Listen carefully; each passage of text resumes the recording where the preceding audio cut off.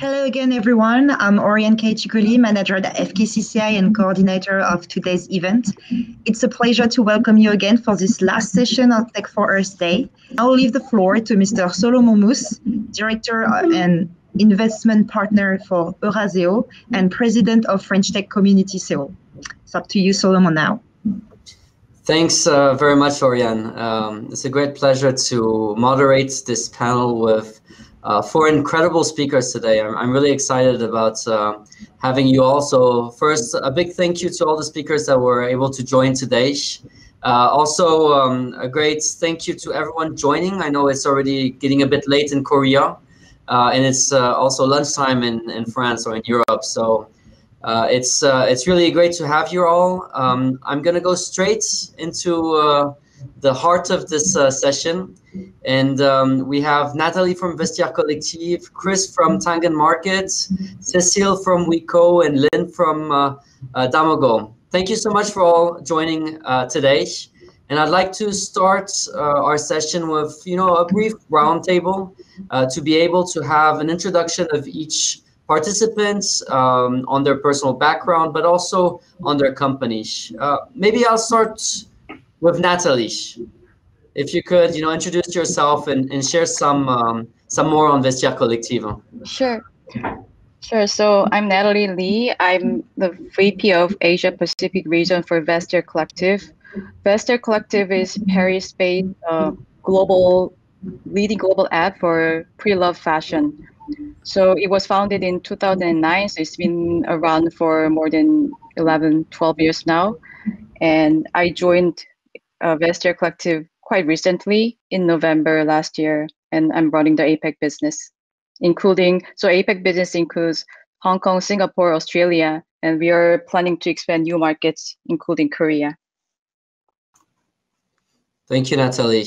I'll pass over to Cecile for introduction of herself and of her company. Hello, everyone. I'm Cecile DEKEUWER. I'm the founder and CEO of WeCo, making wastewater recycling technologies mainly for public toilets. And I used to live and work in South Korea 15 years ago as a lawyer. And then I became legal director of LG Electronics in France. And when I came back to France after that experience within LG, I created WeCo, and very happy to be here, and many thanks to the FKCCI. Thank you very much, Cecile. Chris, all for you. Hey, my name is Chris, and I currently work at Danggeun Market, responsible for global expansion. So prior to that, I worked in a similar startup in Singapore called Carousel. In their corporate development, responsible for global expansion, M&A, and fundraising. So a bit about Danggeun. Danggeun Market is a mobile classifieds marketplace for buying and selling new and secondhand goods. We were founded in 2015 and is the fourth secondhand marketplace to be introduced in Korea. But what's unique about Danggeun Market is that it is a peer-to-peer marketplace. Only shows people listings from sellers located within 6 kilometer radius. And most transactions are completed in person. So fast forward 6 years since the establishment, we now have operations in Korea, US, Canada, and United Kingdom, and Japan, and with over 50 million people using the app every month. Thank you, Chris. We'll get down to that international expansion a bit later on. Lin, could you introduce yourself briefly, and also DamoGO? Thanks. Yep, I'm Lin HWANG, co-founder and CEO of DamaGO. I'm Korean American. I've been in the food industry as an entrepreneur in processing, distribution, import, export. And I also imported and operated an American restaurant franchise here in Seoul, in South Korea. I met my co-founder here, who was a student. He was an international student from Indonesia here in Korea, and we co-founded DamaGO. And what we do is we work with restaurants, bakeries, grocery stores, F&B outlets to help them sell their unsold food at the end of the day. They prepare too much, and a user can buy it at a discount. That's how we started on the B2C side. However, we pivoted more to the B2B side, and we also pivoted to Indonesia from Korea. So we're only operating in Indonesia. And what we do is we work with local farmers in Indonesia to help them sell their surplus and ugly fruit and vegetables, and we sell them to our restaurant and hotel partners. And at the same time, we help our hotel restaurant partners manage the ordering of all their supplies, not just from us, but from any supplier right on our app. And we're reducing waste and making things a lot more efficient through our mobile app and platform. Thank you, Lin.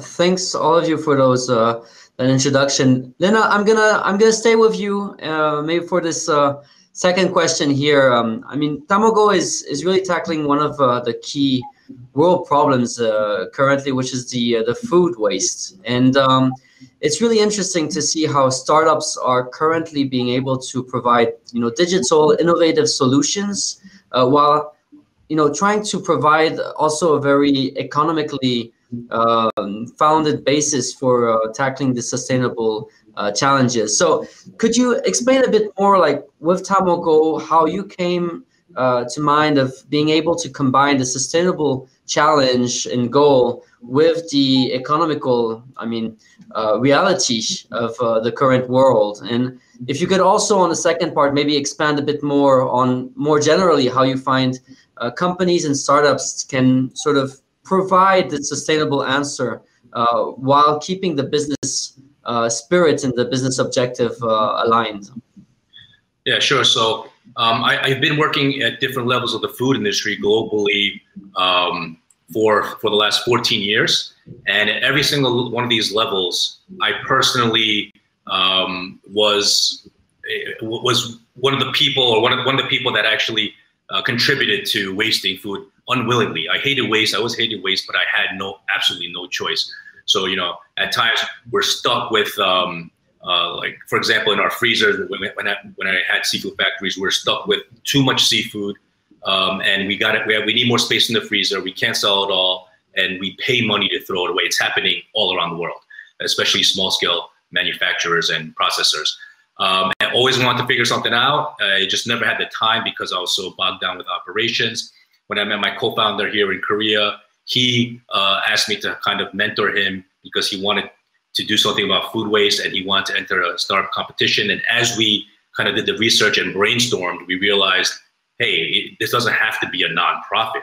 We can actually make this not only financially sustainable, but we can probably make a lot of profit and scale this really big. And we looked at some other companies around the world that were doing different things. And we know it's just not only financially sustainable, but scalable. And that's kind of how we started. And we had different opportunities. And one thing led us to pivoting to Indonesia, which is a much bigger market, and they have a much bigger problem with wasting food. As far as companies looking into sustainability, I think a lot of companies, especially back in the past, obviously they didn't care about sustainability. They didn't really think about sustainability. But as they grew, I think it's just corporate social responsibility to care about sustainability and to be as sustainable as possible, especially the bigger companies that have the resources to do it. But also at new companies, I think you have to be responsible, and you have to make sure you are as sustainable as possible while you're doing your business. And for those people that are into sustainability, there definitely are ways to be financially sustainable and make lots of money, with a sustainable or social enterprise. Great, thanks so much, Lin. I'll pass on to Nathalie. Nathalie, Vestiaire Collective is also tackling a key problem of the of waste, of the users of clothes, of being able to always get brand new products, brand new clothes, and providing this platform of secondhand goods and fashion is really quite an innovative solution that's appeared recently. I know that's on your website you have a sustainability manifesto. I found that very interesting, where it mentioned that Vestiaire Collective was in fact founded on this radical idea of being able to challenge the status quo of going for only new clothes and being able to provide a second life to those clothes. Could you explain a bit more on how on the core business model you're providing this, and then also share, as Lin did, a bit your views on combining a business objective with that sustainable goal? Sure. So, I think it's fashion is one of the industry that creates a lot of waste, right? Because I've been in fashion industry for 16 years now, and then, you know, at some point, like a lot of customers feel a bit, you know, guilty about just keep buying new clothes every season. And then that was actually in the core of the fashion business, right? Creating new products every season, new trend, and then the people have a reason to buy something new. But Vestiaire Collective is a fashion platform, but then in the core of the Vestiaire Collective, we always had a sustainability. So our vision is to transform the way the customers are shopping fashion, and then the way the fashion industry, you know, functions. Meaning we want the customers buy less and then buy better and use it longer as they buy more smart way. So instead of, you know, spending money in fast fashion, we want the customers to, you know, invest in something that's more durable. So instead of thinking fashion as a, you know, consumable, we want them to think it as a more durable, so that they can invest and then they can pass on to the new users after you use it for a couple of months. And we also want to empower the fashion lovers by, you know, creating this community, not just buying or just selling for the purpose of, you know, more economical reasons, but also for sustainability. So we want to, you know, empower this community of fashion activists in the fashion, you know, lovers, and then also keep promoting this idea of, you know, like giving second chance to the second life to the pre-owned fashion, because if you choose to purchase pre-owned denim instead of the new ones, you reduce the impact of the environment by 90%, up to 90%. So this is like what we are thriving for. Great. And maybe just to bounce on that second point, how you view that maybe other businesses, is it sustainability something that everyone should care for, and it can be aligned with a pure business objective as well? Yeah, I mean, I think like there are two different reasons that the brands, maybe in fashion, the brands should be more involved in sustainability, because, you know, first, the customers are more cautious about the, you know, sustainability, and then the how can I say, the way the fashion brands are operating, rather than just the selection, the new collection every season. So that is why I think the Kering group has recently invested in Vestiaire Collective, because, you know, like the Kering group is the group with a lot of brands, including Gucci, Alexander McQueen, and then they are one of the frontiers in the market who are really active in terms of the sustainability. So there are a lot of different ways that the fashion brands can incorporate sustainability into their business model. It could be, you know, using recycled material, or using a method that's less impacting on the environment. But, you know, I think the biggest impact is going to be caused by giving, you know, like longer life cycle for the fashion products, because usually, you know, fashion has shortest life cycle among those, you know, products on the market, right? It has about like 3 to 6 months, and then with the growth of fast fashion, it even shortened. It's like, you know, a lot of times you just wear it for 1 or 2 times and then you just dump it, like when you buy fast fashion, versus, you know, you can change the way of buying fashion by incorporating this idea. So I think a lot of, you know, fashion brands can incorporate this into their business model, not just, you know, our, like the platforms like us, you know, not the secondhand platforms, but then also the brands can participate by. So one of the things that we did with the brands like Alexander McQueen is that we launched this brand approved model. So we offer resale as a service to the brands, so that the customers can bring their used clothing to the brand store, and then, you know, like we can sell it on the Vestiaire, and then they can buy the new season products. Thank you so much, Nathalie. That's really helpful. Chris, I'll stay in Korea, and on this platform part, Danggeun Markets or Carrot Markets is, as you mentioned, you know, providing, in fact, a P2P platform for the neighbors to have them interact, exchange or sell secondhand products and goods, including also fashion. Could you share a bit more on this sustainable goal that seems to really link all the users of Danggeun? And I know that you also have added some extra features of being able to ask questions with your neighbors. So it'd be great if you could share your views a bit on this and how Danggeun is taking that into consideration in its business model. Yeah, so that's a great question. We are always thankful for the opportunity to be part of the sustainability movement, and through secondhand transactions in Danggeun Market, we have reduced actually approximately 190,000 ton of greenhouse gas emissions, and we'll continue to inspire people to buy and sell in the secondhand to reduce the environment cost. But at the same time, as we mentioned about our business goals, as a startup that employs over 170 people right now, we eventually need to monetize enough to sustain ourselves. We just can't continue to rely on private capital forever. So, but now I think we are laser focused on solving the problems and friction people face when buying and selling online, as well as carrying on countless tests to deliver the best product to our end users.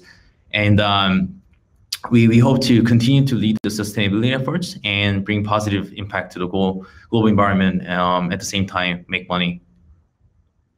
190,000 tons saved. 1,000 tons. Tons, yeah, that's incredible. So to stay on this, are these figures that you sort of really want to track, and that as a business are also something that is going to be impactful in your decisions of how to continue your development? I know monetization is always key, but is it going to be monetization and maybe reducing that impact? I don't think so, because we're not gonna monetize through transacting, buying and selling through secondhand. So we'll have the buy and sell secondhand free forever, and that's kind of our aligned interest with our co-founders and the CEOs. But our monetization model will be through taking the ad fee from the business people.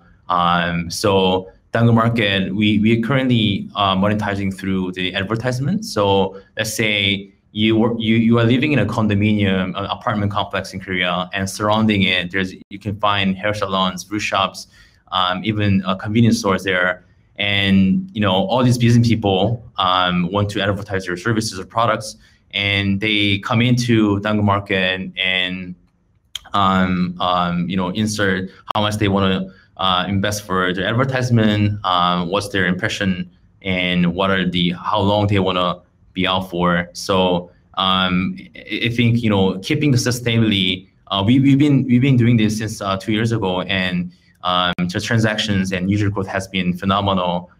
There has been any impact in terms of how much people are trading on secondhand. So there's always a way to monetize and keep the sustainability impact at the same time. Thank you, Chris. I'll go back over now to France. Cecile, we were talking about the food waste, talking about the product waste, but water waste is a huge problem, and I know that this was something of the Gates Foundation, which was a key problem that they want and they still want to tackle. Could you share a bit more on how WeCo is tackling this problem? How you believe that this can also be aligned with this business and this for-profit corporation and startup? Yeah, I think we all understand in developed countries, in Korea, in France, that we are wasting so much clean water in flushing our toilets. So I started from this, I would say, understanding that it's not possible anymore to waste so much water just for flushing. And when I met the Caltech, California Institute of Technology, in an award competition in China organized by the Gates Foundation, and the Caltech was supported by the Gates Foundation, I decided to work with Caltech, to start from their technology, because they had started developing something that was a closed water loop, treating and reusing the same water again and again. So I initially only saw the thing that the water for flushing were not wasted anymore, and that was the starting point.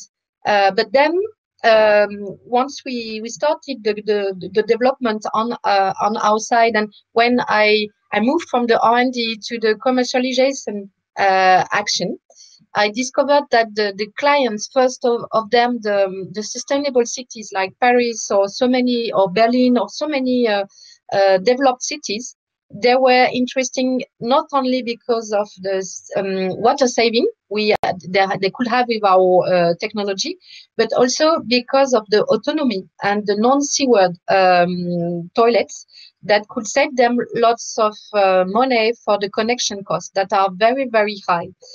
So you should be surprised that so much area even in our developed countries are looking for non-seaward off-grid solutions for the wastewater for many reasons.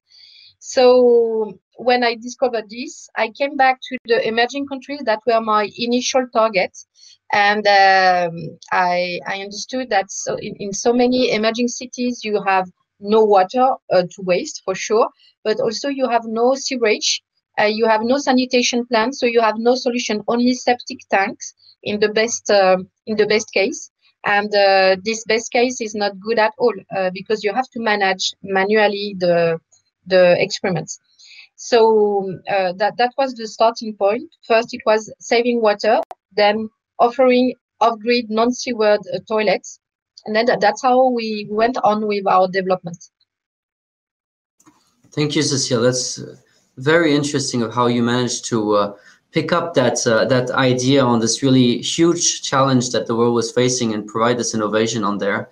Cecile, I'll stay here for this third part here, where we're all companies that are also a link with internationalization, and you were mentioning the less developed countries, and your solution is a clear product that can be used there. I'd love to hear your thoughts, Cecile, a bit on, first of all, how you see this internationalization on your side for WeCo, and especially the different mindset, because I believe some countries have a different mindset still on the sustainability, and how this can match with your solution, but more in general with how we can sort of have a level game for sustainable objectives. That's a very good and very complicated question to answer. Because as you said, every country is so different. Even if you believe that, for example, between France and Germany, they are very similar, actually not. They are not looking for the same solution for the same reason. As I said, my background was working international and advise international company to develop. That was the reason of my experience in South Korea. And what I understood from this experience, very interesting and funding experience in South Korea, is that you have to start from the local culture and expectation. So from the very beginning, my view was not to impose my technology as it was and not change anything to everyone and everywhere, and just they have to take it as such and make it their own. No, from the very beginning, I wanted to start from the local expectation, local culture, and it's very different when you talk about sanitation or hygiene or women's health or whatever. It's so different. So even if I have a core technology, which the point is to save water and to provide water flush toilets, we have to adapt it with local partners, and the local partner have to tell us what is the local expectation. I take the example of Senegal. Senegal, we have won the European contest in Senegal, and we have very good local partner in Senegal. So we have made this partnership. And Senegal is very advanced in terms of supporting a water initiative. They receive many supports from the World Bank, African banks, whatever. Again, Senegal, it was a colonized country from France, so we have a very close relationship. And we could believe that we have the same or similar culture and expectation, but not at all, because Senegal is a Muslim country. It's 94% of the population is Muslim. So, of course, when I arrived with my technology and start this partnership, they said, "Oh, it's great. It's exactly what we need for our market, for our school, universities, and whatever. That's fantastic." But there is big missing point on your technology because there is no water for the ablution. And you see, I couldn't imagine at the beginning that there will be a technical issue for this technology, such important function of the toilets that will be missing for a country like Senegal that I believe we knew and understand well. So we not only made a know-how transfer with Senegal, because I want the local people I work with to have very good understanding and knowledge and the capacity to develop on their own the technology. But we really deeply work on the market study and the local users' expectation. And from that, we start and try to imagine and change the product and imagine rather a model of franchise, because I think franchise is something very original in such industry like sanitation, because you are not only have the IP or the know-how transfer, but the training, but it's a very industrial industry that we are working on. We have to, as you can see in the video, we have to manufacture the technology, and it requires lots of industrial resources. And for countries like emerging countries, industry is even more complicated and not accessible to them. But so what the work we have done with the Senegalese partner is to simplify the technology, to say, okay, we need this, but we don't need this. So we focus on that. We design together the technology. We transfer the know-how we have about biological and electrochemical treatment, how also we can dispatch our knowledge, trademark, market study capacity, training capacity, all those kinds of things. And from that, we want them to be in charge of this development on their own. We are here only for the support. Thank you, Cecile. That's very interesting, and I do take out one of the key points was to adapt to the local markets. So yeah. That's, I think, something that can be shared in a lot of the different markets and industries on that. And I'll go now straight to Lin. Lin, you were, telling about the story about DamoGO, how you started in South Korea, met your co-founder, and you went South Korea, Indonesia, and then realized that potential was maybe stronger in that market in Indonesia, which was huge. I'd love to hear your thoughts and share with the participants a bit on how you made that step, and also the difficulties and even advantages maybe you encountered, especially on that sustainable part for your solution. Sure. So our plan was, to launch here, which we did here in Korea. It was to gain some traction, raise our seed round, scale it, and then after we scaled Korea, enter Indonesia, which was kind of more our bigger goal because of the huge market there, and because of my co-founder and his strong network of contacts in Indonesia. So after about 8 months to a year of operations in Korea, we decided that it wasn't worth scaling Korea. If you know Korea, Korea is highly competitive. Things move very fast here in Korea. People move very fast. But so even though there weren't many apps like ours tackling food waste, there are tons of food apps, whether they're delivery apps or discount apps or apps just to help restaurants. And because of the huge number of food apps, a lot of the restaurant owners and managers would get sales calls a lot from these apps, these companies to get them as partners.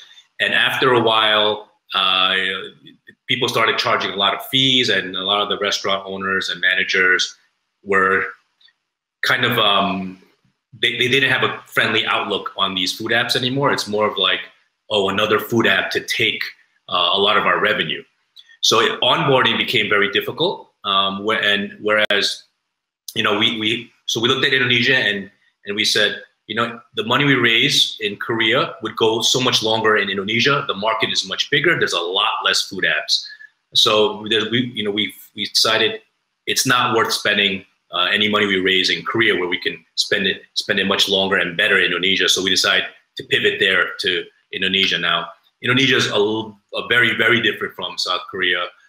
It's obviously a much bigger country, and the competition is not as fierce, but also in Korea with our B2C side, we would have to have a lot of restaurant partners in one location, because people wouldn't go far to pick up food because we're a pickup service.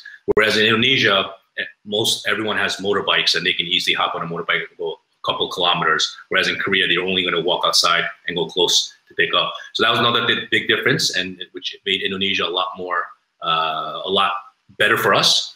And on the sustainability end, Korea, its sustainability kind of started taking off recently, and it's becoming trendy, and I know it's going to just continue to grow. Sustainability in Indonesia is very, very, very new and at the very early stages.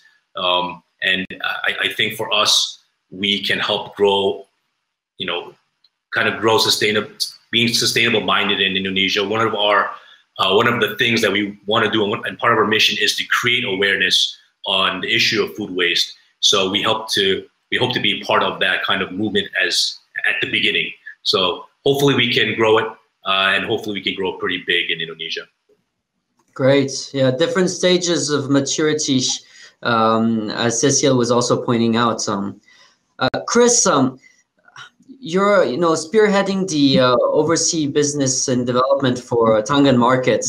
It's really very impressive to see Korean startup going outside of Korea, tackling these new markets. You mentioned New York, London, Japan.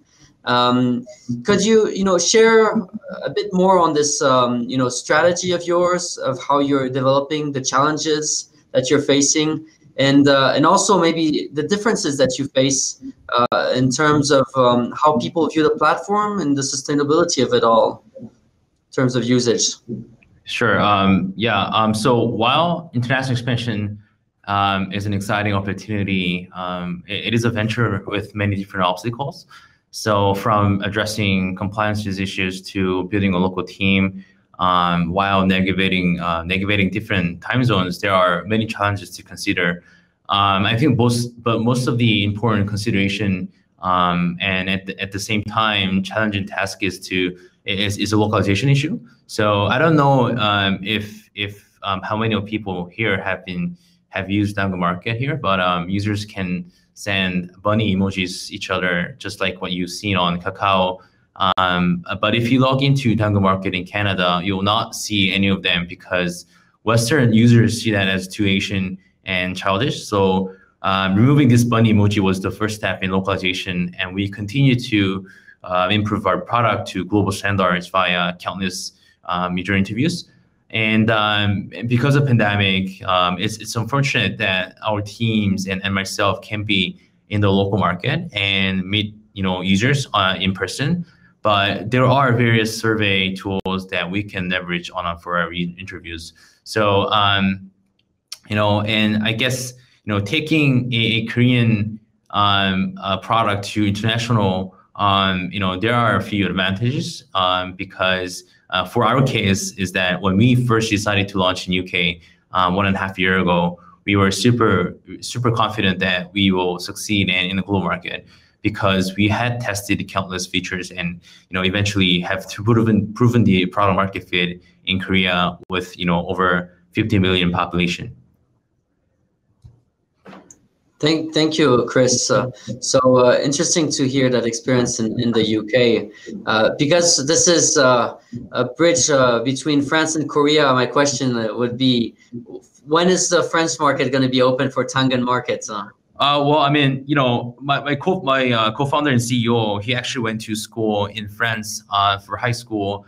And, he's super interested in launching in France. So, we are operating in UK, Canada, Japan, and the US, and definitely our 5th or 6th market. We are aiming whether it's Germany, France, or Holland. So it's gonna be any country in the Western Europe for sure. I can't promise this year, but it's gonna be within the next year and a half. All right, well, let's hope that we can show you the attractiveness of France on this. I'm sure it would work well because we have many, I would say, markets or local markets that are quite similar to Danggeun, but without the digital parts. Yeah. Great. Thank you, Chris, for that insightful comment and presentation on your strategy abroad. Nathalie, as you joined Vestiaire Collective for Asia APAC region, I know you're between Hong Kong, Korea. It'd be great to hear a bit your thoughts on this French unicorn coming to Asia, especially on this platform of secondhand luxury goods and fashion. Could you share a bit some of the difficulties you face, advantages, and also on that theme of the sustainability? If there's anything you can grab on that in the Asian markets compared to Europe. Yeah, sure. So I mean, obviously, Vestiaire Collective has been in the market for more than 10 years, so we are quite well known in Europe, but we're very new in APAC regions, including Hong Kong or Australia or Singapore. So I think building the awareness in those markets is still a challenge for us. But at the same time, having the French DNA is also an advantage for us because, as you know, a lot of luxury brands are from France. There's this term in Korea, which is called Erusha, Hermes, Chanel, and Louis Vuitton, which is going to be top 3, luxury items. That's going to be, like one of the top selling items in a lot of secondhand platforms. So having this French DNA definitely helps.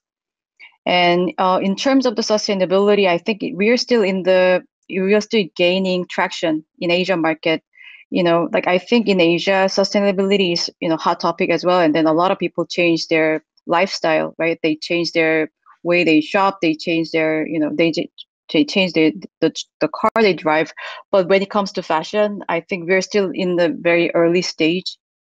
So I think, compared to Europe, we are still kind of educating the customers, saying that fashion could be also sustainable. And another challenge is going to be lifting the social stigma towards secondhand, which is actually Danggeun Market is helping a lot because I think because of the growth of Danggeun Market in Korean market, a lot of customers are quite used to buying and selling secondhand products. So that is, I think, that is shifting already in the Korean market especially. And then another advantage that Vestiaire Collective can bring is that because we have been present in Europe for more than 10 years, we have extensive assortment from European supply that we can bring to global markets. So that is going to be another advantage that Vestiaire Collective has. Thank you, Nathalie. I'll just stay with you on this last or maybe before last question. This is really more general, and please make it as long or short as you wish. But it's more a question about technology and the impact or the use to make the world a better place. And I think this is the whole theme of this event. And you're all here providing innovation and technology. So I'd love to start with you, Nathalie, and just have a bit your thoughts on that part. So I mean, like when it comes to technology and sustainability, especially as a platform for secondhand transaction, I think what we can provide is a safe environment and trusted environment that the customers can buy and sell secondhand items globally. And then another thing is that we can provide a transparency in terms of the pricing, and then easy way to use the platform. So this has been quite important during the pandemic because a lot of customers, like spending more time in their homes, and then they, try to find a way to monetize their wardrobe. So transparency in the pricing is one of the important things that technology can bring to the table. And also, continue developing this social network between the buyer, sellers, and then driving this fashion activism society is going to be another point that we can leverage tech. Thank you, Nathalie. I'll move on to Cecile with a similar question. Cecile, regarding innovation tech and making the world a better case. I think WeCo is a great example of it. I hope so. I would like to take the example of, because we have big discussion in France about sustainability relating to toilets, because more and more people believe that sustainability should mean low tech, like dry toilets in our case, that are low tech. And I think we are mistaken on the real issue. Low tech is very adapted to some cases, like dry toilets, very adapted to local areas or remote areas in very limited cases. But if we want to scale, if we want to have an impact, we cannot do it with low tech solutions. So that was my point from the very beginning. I wanted to make toilets that were sustainable, innovative design, in order and adapted to local expectation, in order them to be used and in order them to be wanted. But I really wanted to have a global impact, so to make them on an international scale and at an industrial scale, in order them to be reliable and affordable to everyone. So again, technology, I think, is very important. And it's not only about sustainability, should be low tech, otherwise you are not sustainable. And what we are doing is the life cycle assessment in order to make sure what is really the benefit of our technology. Thank you, Cecile. That's very clear. Lin, I'll pass the mic to you, and maybe if you can share also your thoughts on how tackling with innovation on this market, and especially for the food waste, and how you're providing the solution. Yeah, the food industry and the food supply chain is pretty antiquated. It's hasn't changed much, and there is just so much inefficiency, and there's so much, and that inefficiency causes a lot of waste. So using tech to make things so much more efficient would reduce tons and tons and tons of waste a day in just one single small city. Take, for example, I'll give you a real life example. When I had seafood factories, like I said, we would have overstock of some frozen seafood or fish that was sitting in our freezer. I'm talking about 10, 20 tons that we couldn't sell, and we need to create room for it. But there's no way for me to either sell it or donate it because the people that we sell to don't want it. So, and we don't have the time to look for other customers that we don't have. And no one's gonna take 10 tons donation of a fish, maybe 100 kilos here or 50 kilos there. So with tech, I mean, there are people out there somewhere that would want to buy it, especially if it's at a discount. And selling at a discount is a huge win as well, because you're paying to throw it away. So with tech, we would reach so many more people, or so many of these potential buyers that would buy it right away, and it wouldn't go to waste. So things like that, it would just be a huge help. And these are some of the things that we're trying to do at each level of the food industry and each level of the food supply chain. Thanks, Lin. Chris, I'll come to you with a bit different question on this regarding, Danggeun, and especially regarding the services you have overseas and the ones you have in Korea. You mentioned that there were some differences. You mentioned, also the difference in how you presented the platform. Could you, share a bit on how the usage has been a bit different?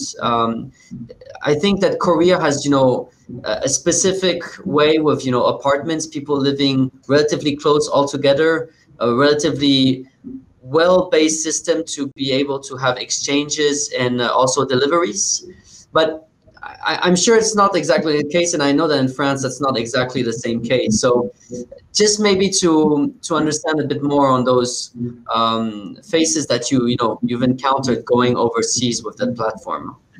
Yeah, so right now Korean Danggeun Market is more so if you look at the e-commerce spectrum here, on the one side there's transactional buy and sell. It's like Shipag, Lin HWANG in France, and then there's the other side, which we call like community aspect. So Danggeun Market in Korea is more like a community side where a lot of people just going to Danggeun Market not only intentionally, they don't have any intention to purchase anything, but they just want to browse what are the items any interesting items being sold by their neighbors. And we also have a community tab where people can ask questions about, where is the COVID test center around this place, and what's the best restaurant in place A. Whereas in UK and other parts of the market outside of Korea, we only have a buy and sell function. And given that the population density is much lower than Korean, the initial traction was quite slow compared to Korea. So let's say people only shop once a month in Western market, whereas Koreans come in on a daily basis without any intention to purchase anything. So the usage is quite different compared to the international markets in Korea. Thank you, Chris. I'll finish on the bonus question for you, and I'll ask a bonus question for each person afterwards. Mine is a very simple question on the logo of the carrots, and also a bit the name. If you could explain a bit, Danggeun in Korean, carrots in English. If you could just share a bit the background story on that, that would be, I think, very interesting for everyone. It's very simple answer. So Danggeun Market, Danggeun is a Korean term for carrot. So we did not have any better option than carrot as our logo. So Danggeun is abbreviation for 당신 근처, which means near you. So we decided to have a carrot logo on our main logo. Yeah. All right, so thank you, Nathalie. I'll go on you, and just maybe, I don't know if everyone knows, but you were in one of the also leading Korean startups before joining the French unicorn Vestiaire Collective. I'm sure those are quite different environments, even if you're in a startup. Could you share a bit, on that experience between a Korean, high-tech company and a French one? So I was with Coupang until right before I joined Vestiaire, so until last November. And Coupang, when I joined Coupang, it was already huge, right? Like, I think GMV was already more than nearly 10 billions. So, Vestiaire is obviously a unicorn, but it's a bit different in a sense that Coupang is quite focused on Korean market, right? Even if it's it's 20 billion GMV company, but they're still focused on Korea, versus Vestiaire Collective is more global. So we already present in more than 40 countries. So I think that is the difference. And then also, Coupang, both are very fast growing companies, but then Coupang is quite selling. It is a general merchandise, versus Vestiaire is quite niche in terms of the selection. So we are really focused on fashion, and then within fashion is only second. And so I think the value proposition for the customer is very different. Coupang, is availability for everything, and then the fast, and then next day delivery, dawn delivery, versus Vestiaire, it is a bit more sustainability, and then very unique items. So I think the value proposition is very different. So. But then at the same time, there are a lot of commonalities, right? So I think it can be seen in a lot of different platforms, the fast-paced environment.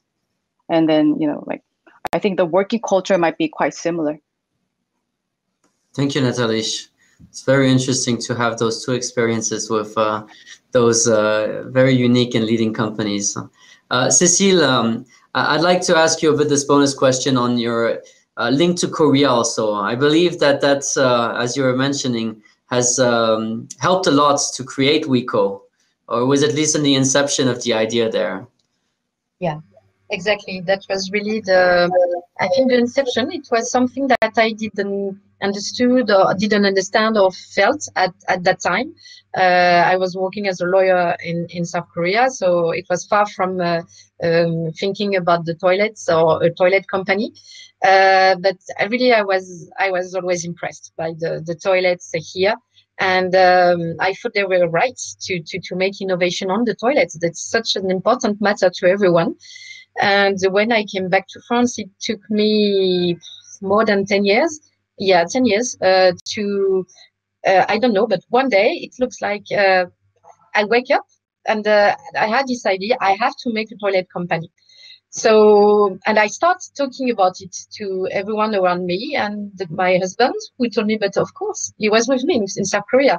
And each time we traveled, we were also discussing about the toilets, like comparing them to the Korean toilets we liked so much. So it started like that. And it was so obvious to everyone when I took about it. It was obvious to me when this idea 10 years after my experience in South Korea came. I don't know from where and for why. So that's why I always have difficulty to explain that to French people. You know, we are very rational. It's much easier for me to explain this to Asian people or to African people why I wanted to make toilets. But French people, it's kind of difficult, and I always have the question why toilets after such a legal background. But when I think. For the people living in Korea, I think it's understandable.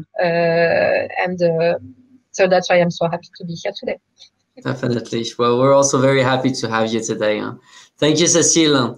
Lin, I'm going to leave you the outro on this with, I think that's something that can probably help a lot of people.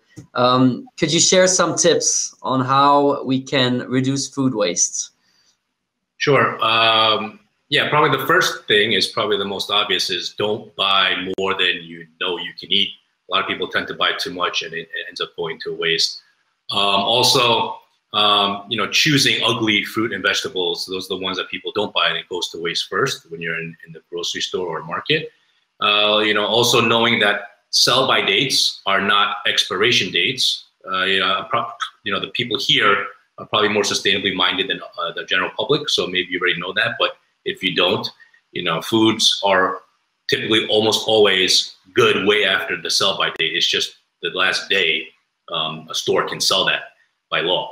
And you know, another good tip would be in your refrigerator, if you have a section or a box that says "Eat me first," you could put your old food in that box. Maybe once a week, make menu items with stuff that you have that might go bad.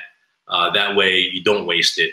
You know, there's things like another cool tip I think that's pretty cool is if you have wilted broccoli or wilted leafy vegetables, you can cut a little tip of the stalk or stem, put it in water, put it in the fridge or put it out, and it's going to come back really fresh.